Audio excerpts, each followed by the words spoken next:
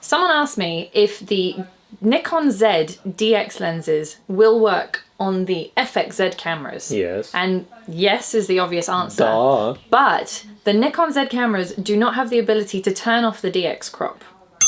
So you are stuck in DX mode. Is that so? It is so.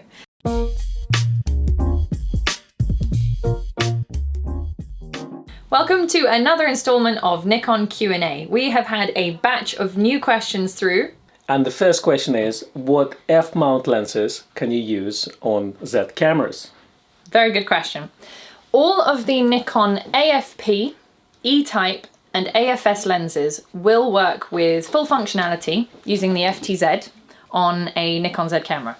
That's a lot of letters there. Yes. AFP, E and AFS type lenses, those will all work on a Nikon Z camera. However, AF lenses will not autofocus using an FTZ on a Nikon Z.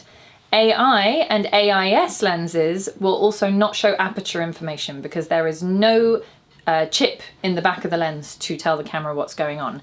Now, I had another question asked me on the tag end of this, which was, will the Z50 lenses, which are the 16 to 50 and 50 to 250. There you go. Will they work on the Z6 and Z7? And the answer is yes, the DX lenses will work on the FX Z cameras, but Nikon Z6 and Z7 don't have the ability to turn off the DX crop, so you will always have a DX crop factor regardless of what DX lens you put on there, whether it's an F mount or whether it's one of the native Z DX lenses. That's quite important just to know if you have been using DX lenses on your full frame Nikon camera and you've been turning off the DX crop mode, because you can actually squeeze out a little bit more field of view. I found some lenses actually will work with full coverage, even though they're DX on an FX camera. But with the Z cameras, you don't have the option to turn that off. So you will have that restricted field of view and you will have lower resolution files because of it. Second question was from Diviner Detective on YouTube. And the question was, will the D750 be an improvement in low light performance over his D5300? I think so. I think any full frame camera, 24 megapixel plus, will be a huge improvement over D5300. Full frame? Full frame. Yeah. So 750, D600, D610, 780, you can look at D800 series, you can even go D4, D5. But if you're looking for a kind of under a certain budget full frame camera and you want to just make a little venture into full frame, essentially any 24 megapixel Nikon FX camera will be an improvement, particularly for low light because it has a much wider dynamic range. Yeah, dynamic range for landscape work is going to be a huge improvement. Low light photography is going to be a huge improvement. If you're looking at new D750, I think under £1,000. Yeah, just about. If you're looking at second hand, have a look at D600 series cameras. They're very cheap nowadays. Absolutely. So that answers that one. The question number 3, what teleconverters can you use with Nikon lenses and which lenses are compatible with them? Okay, well, Nikon don't make teleconverters to work with variable aperture lenses, generally speaking. There is one exception.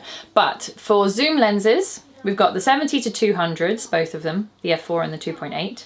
You've got the 80 to 400G, the newest type, and you've got the 180 to 400, which also comes with its own teleconverter, but it will work with all the other teleconverters. And then the other rule of thumb is if the lens is from a 105 focal length on up and has a fixed aperture and is AFS, then it will work with teleconverters. Just another little note on that, teleconverters are supposed to make that noise.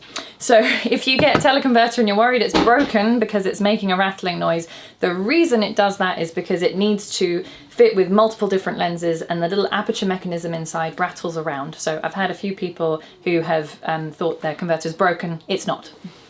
Also, please note, when you add teleconverter to your lens, it will soften the image. And the general rule of thumb is 1.4 will be the sharpest teleconverter and also will have the fastest focusing speed because it only stops down the lens by one stop. 2 times will give you the longest range, but slowest autofocus and the softest image. 1.7 sits kind of in the middle of the two. Yes. So keep that in mind when you buy a teleconverter. Also, please note that depending on the camera you use, it may limit your autofocus system on your camera. Yes. So, for example, 200 to 500 5.6 lens, if you put 1.4 teleconverter, it effectively pushes lenses to f8. A lot of Nikon cameras will only allow you 1 point in the middle, and you can't really move it around. And you can't use 1.7 and 2 times teleconverter because AF system won't be capable with it. So you can put it on, but it's highly likely that it will be manual focus only.